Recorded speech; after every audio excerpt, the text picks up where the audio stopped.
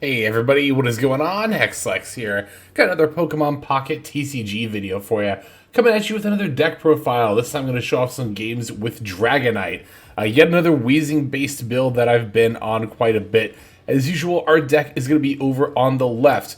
This time we are on 2 Coughing, 2 Weezing, 2 Dratini, 2 Dragonair, 2 Dragonite, 2 Pokeball, 2 Potion, 2 Professor's Research, 2 Koga, 2 Sabrina. So the game plan here is that we are using Weezing to stall and set up the Dragonite.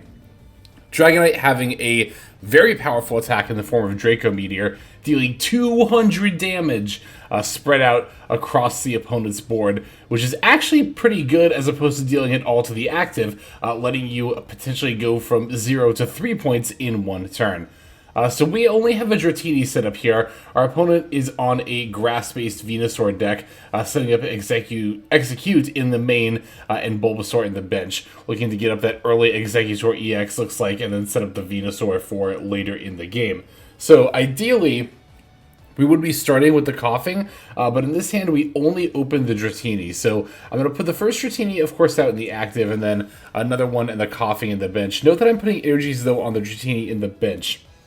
So the idea behind this deck is that we're not looking to necessarily build our active right off the bat every time. A lot of the time we're going to be start by stacking energies on that Dratini because the Dragonite needs a total of 4. That and the fact that it's a stage 2 evolution does mean that it takes quite a bit of setup. That's where the Coughing and Weezing line comes in. See, you might not always roll the Dark Energy to use Weezing's attack, but that's fine because Weezing can still deal damage without energy in the form of poison over time.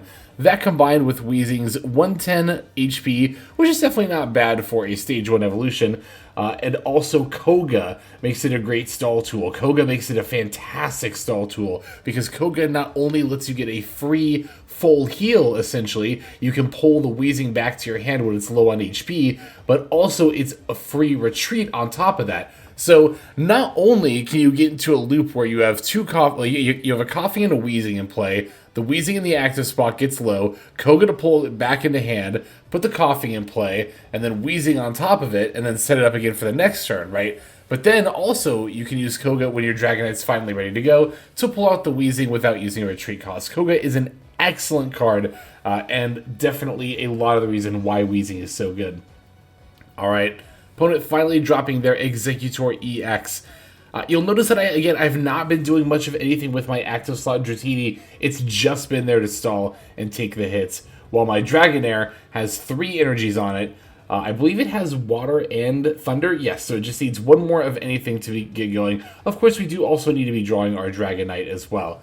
Given that I don't have a Dragonite just yet, I'm definitely going to look to put my Weezing in the active slot. And if I don't draw Dragonite here, I'm going to put this upcoming Dark Energy on the Weezing, which sure enough, we do not draw it. So we'll put that on there. We can poison the enemy Executor with Gas Leak, and then we can go in with the Tackle. Yeah, so I think this deck is pretty straightforward. It is fairly luck-based, I will say that much. There are a lot of times where your opponent's just going to run you over early, especially in situations like this one where you only open with one Dratini and nothing else. We got lucky here that our opponent's deck was also pretty slow to get rolling, because there were a lot of matchups where that Dratini would have gotten threatened super early and we would have just lost right off the bat. I will say there are quite a few games of this deck where that happens. Also, that combined with the fact that the Dragonite does take so long to get set up, and a lot of the kind of issue with that a lot of the time can also be the luck factor with the energy. There are some games where you just don't roll the energy you need. One change I'm actually considering to help mitigate the energy problem on multiple fronts is including Misties. I'm possibly thinking of taking out, I don't know, see, it would probably need to be... It'd probably need to be Sabrina's, even though that's really, really good. Maybe Potion. Maybe Potion is the call. But I think Misty could definitely do wonders here, potentially, with the ability to not only get water onto Dragonite, in situations where you're just not able to roll it, naturally. But it can also stack multiple energies at a time, meaning that you could potentially get the Dragonite online much sooner than you might normally otherwise be able to. I think Misty has a lot of potential in that. I don't even know if Misty is standard in this deck. I just threw this list together. I didn't look up lists for this, so maybe Misty is standard, and people in the comments are just like, well, how could you not be playing Misty in this deck? It's just like, so we'll see. I'll do my due diligence after the fact, of course, after the video is already being made. But yeah, my opponent's got that Ivysaur with 4 grass in the bench. That's presumably a full setup for the Venusaur. The nice thing about the Executor, even though it does only take 1 energy to potentially do 80 damage, which is quite annoying because my opponent's landing a lot of heads here, including this one. But the Executor does still take 3 to retreat. So this Executor is more or less locked in until I knock it out. Which is fine. I would rather deal with 40, sometimes 80 damage a turn instead of the... I don't even know how much Venusaur is right on the right there.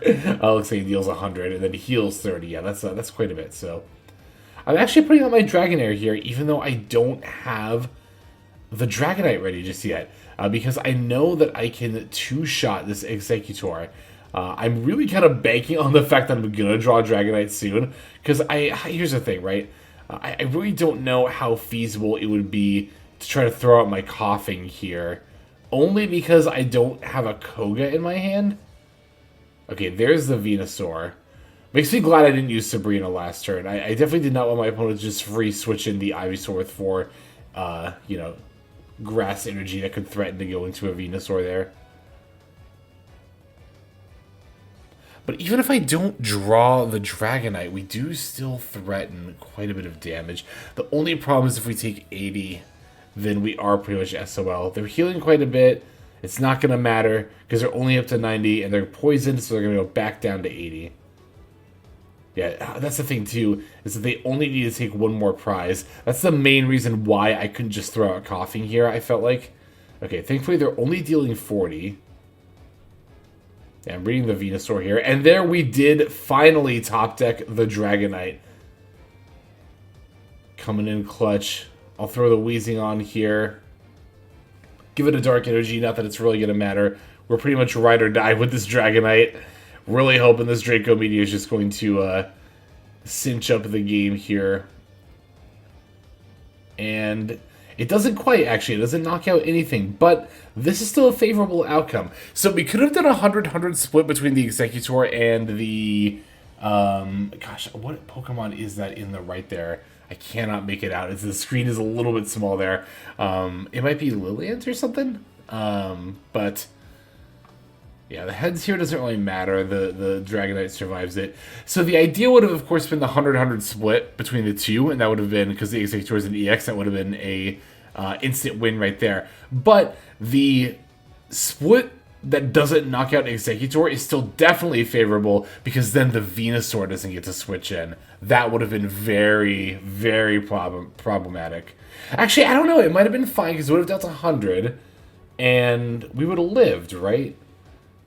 I think we would have lived there. In any case, a second Draco Meteor is going to secure all 3 points for us as we knock out an EX and a regular Pokemon. So there we go. That's how a lot of games of this deck go, though. You do kind of get on the back foot a little until you drop a Dragonite. And ideally, the turn that you Draco Meteor the first time, you'll win right there. Like, you'll have gotten enough chip damage in with Weezings over the course of the game. But the thing is, if you don't win on the first Draco Meteor, you pretty much always win on the second one. So, alright. Next up, we're going into an Articuno EX deck. This is not the 18 trainer deck. This is more of a traditional build, I guess, in the sense that it has, more than 2 Pokemon in it, but... Because that's the thing, from what I can tell, your hand guarantees you a basic Pokemon, so I guess the idea behind Articuno 18 trainers is that, you always get one of your Articunos. I want to try that deck, actually. I would be eager to try it. I have one Articuno EX already. I don't have Misties yet, though. I would still need to craft those if I was going to try them in this deck, and then, of course, you would want them for the Articuno deck. So, our opponents start off with just a Magikarp here. We start off with both Dratinis, and given that they only started off with Magikarp, I did consider building energies on the first Dratini. if they don't throw anything on the bench. But then Articuno came down, and I said, nope, okay, this is just going to be a real game. We're not going to donk them. I don't know if that was... I don't know how widespread of a term that ever was, but when I played the physical Pokemon card game very briefly, gosh, a decade ago, it's been so long, back in 2014, donk was the term that people in my area used if you only put out one basic and then it got knocked out right away and you lost that way. So here we're going to Pokeball for the coughing. But you'll notice that, yeah, I'm putting the Thunder on the Dratini on the bench. Now, you might think, well, okay, if we want to stall with the Weezing, wouldn't you want to put the Thunder on the Dratini in active to be able to retreat it into the coughing? Which is not a horrible idea, and in some situations I do think that is correct, but a lot of the time, I'm not going to lie, I honestly prefer to just keep, if I'm in this situation, right, where I have two Dratini out, and I am looking to maybe also go into the Weezing, I'd rather just use that energy to build up the Dratini on the bench, right? Because that's the thing, it's already going to take so long to get 4 energy up on the Dragonite. Oh, here comes Misty.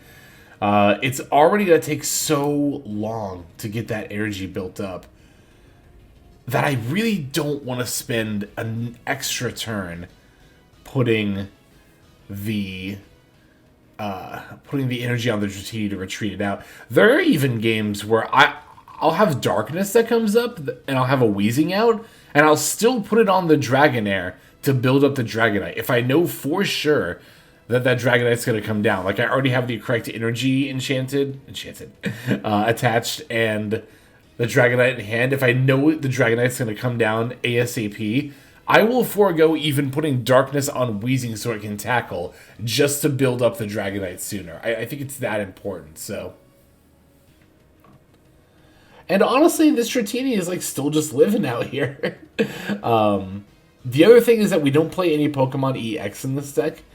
That's kind of funny. I still haven't played a deck with Pokemon because I don't have multiples of any EXs yet. I do have a Mewtwo EX. I have one Mewtwo EX and one Gardevoir, so that deck may happen soon. I've pretty much exclusively been pulling the Mewtwo packs because it pretty unequivocally seems like the best one.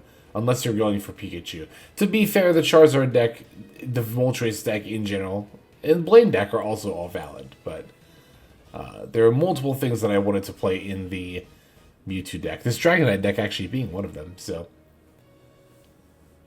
yeah, we're evolving. Or no, we already evolved into the Dragonair. We did that a while ago. I did put a Darkness on the Weezing here, mostly because I haven't seen Water yet. So...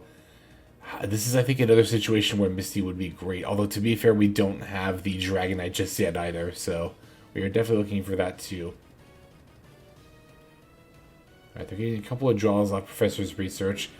You know, they're having a few games, this one included, where I am also feeling the loss of Red Card. Not being able to play Red Card in this deck. But, oh, yeah, this Blizzard was pretty brutal here. Knocking out the Dratini. I guess the chip damage on the board is only 10. It's really not that big of a deal. We do have the potion in hand as well. Alright, here's a Pokeball. Now, I think I do a little bit of a misplay here. Yeah, I'll put this Darkness on. No, okay, use the Pokeball.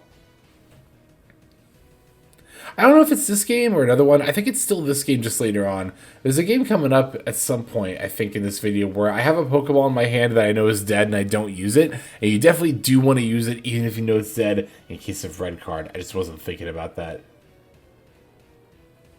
Oh, but speaking of Red Card, I'd love to be able to play it in this deck. I just don't think we have the room. The only way I could see us having room is if we went like 1-in-1 Red Card and Potion, or maybe 1-in-1 Red Card and Misty. But I don't know if Red Card is that important. Potion is also quite good. Speaking of Devil, here's Misty again. Potion is quite good. 20 HP is not a lot to heal. It might not seem like a lot, but you don't necessarily need to heal a lot of HP for it to matter. Because the 20 HP, the idea a lot of the time is that it's going to make the difference between you getting like one-shotted and two-shotted, or two-shotted and three-shotted. Alright, we got that water. We're going to put that on the Dragonair. We have the Koga as well. Now here's where the Koga comes in, because we have the coffee on the bench, right? So we can put that into play. We put it into play in a previous turn, so we can evolve the Weezing straight away. And then we can put the coughing that was under the Weezing onto the bench. And essentially, what this Koga has done is it's... Because that Weezing was at, what, 20 HP I think it was before? That Koga basically healed by 80 HP. That Koga just said, heal 80 HP to your Weezing, which is insane. Given that the only other heal card, as we were just discussing in the game, is Potion, to be able to heal 80 HP for your supporter is absolutely bonkers. Even more bonkers would have been if we had the Dragonite. That would have not only been heal 80 HP, but also swap in one of your Pokemon, ignoring the retreat cost. That would have been a better X speed. Full heal plus better X speed. Definitely an insane card. That's one of the reasons why Koga is so good. So good. Such a good card. Koga and Weezing, of course, together. Alright, here's the Professor's Research. In my eagerness, I just fired it off right away, looking for this Dragonite. We didn't find it, and of course, that's when I realized, oh, oops, now I can't Koga. This was a huge misplay. I absolutely should have played the Koga, and then Professor's Research on the next turn. That would have been 100% the correct sequence, so... yeah, I mean, that's a little bit frustrating, but at the same time, it's not the end of the world. Even if we don't top deck Dragonite, we can still have Dragonair KO the Articuno. And it should be able to survive either of Starmie or... Well, Kingler's not really set up to attack. Starmie's Rapid Strike deals 90. Dragonair can survive that. So, but the thing is, it can't one-shot Starmie on the Crackback, which would be the issue here. So I have kind of put myself in that position. This Giovanni does absolutely nothing. It only deals plus 10 damage to the active slot, so no sense in using it there. Yeah, given the situation though, especially given that my opponent has 2 points, I think I have to put in the Dragonair here. And we do peel the Dragonite off the top of our deck, fortunately. I'll go ahead and heal it up to full with my 2 potions before evolving, just because, you know, we might not finish off our opponent necessarily in one turn, but we're pretty likely to, given that the Articuno's at 50. We're going to Draco Meteor, and there we go. We dealt more than enough to the Articuno, and also knocked out the Magikarp, taking our 3 points all in one turn. Like I said before, this is how a lot of your victories go. You're going to be on the back foot until the turn you drop Dragonite, and then you either win that turn, or you win on the next turn. It's a little scary having to pass with Dragonite up, but ideally you've kept that Dratini slash Dragonair on the back row, on the bench, and you are able to keep it at full health. Because 160 HP is really hard to knock out in one shot. Almost exactly Mewtwo plus Giovanni is required to do that, which has happened to me. But our last opponent, I can only really surmise is on some type of a Gyarados strategy, because that's about all I saw from them here. We're going to throw out the Coughing and the Dratini. Pretty good opening hand that we got here. Yet another game with our opponent leading with a Magikarp and nothing else. Alright, we have Koga, we have Professor's Research, we have Pokeball, we have Weezing. Got a Pokeball before the Research to do some deck thinning. Finding another Dratini, we'll definitely go ahead and throw that out. We only have 4 basics, so kind of no reason not to throw them out. I guess, except for some niche cases if you think they're going to deal damage to your bench, like if they lead with like a Hitmonlee or something.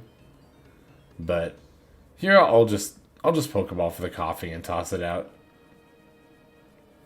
Alright, let's pass back over them and see what they end up doing here. So, it's too bad I don't have Darkness Energy coming up, otherwise I could potentially...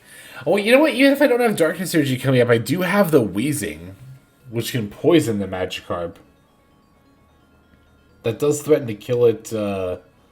Basically, it puts my opponent on a 1-turn clock here if they don't have another bench Pokemon or something to evolve. I'm going to start setting up my Dragonair here. I'll evolve it too.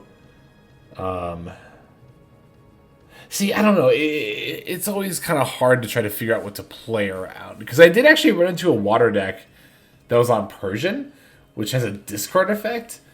And that's something I was not trying to get punished by. I didn't know if it was going to happen here, but... Alright, so Gyarados coming down, and then here is Misty. That Hyper Beam is quite nasty. Thankfully, they landed Tails in the first try. Deals 100 damage, and then also detaches an energy. But, thankfully, like I said, they landed Tails for the first coin flip on Misty. So, what we can do here is set up our other Weezing. I can use this potion in hand. Even though it's only going to heal 10 here, that's fine. Because that means that if Gyarados Hyper Beams on the next turn, if they have like another Misty, for example, or something, then my Weezing will live by 10. Then I can Koga it back to my hand and put in the other Weezing and start building up my first Weezing again for the next turn. So, again, the idea behind our little stall strategy here.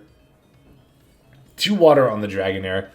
If I see lightning coming up, then I'll put the darkness on the Dragonair. Otherwise, I'm going to put it on the Weezing. I see just another water, so I'm going to put the darkness on the Weezing. And we'll just go in for the tackle.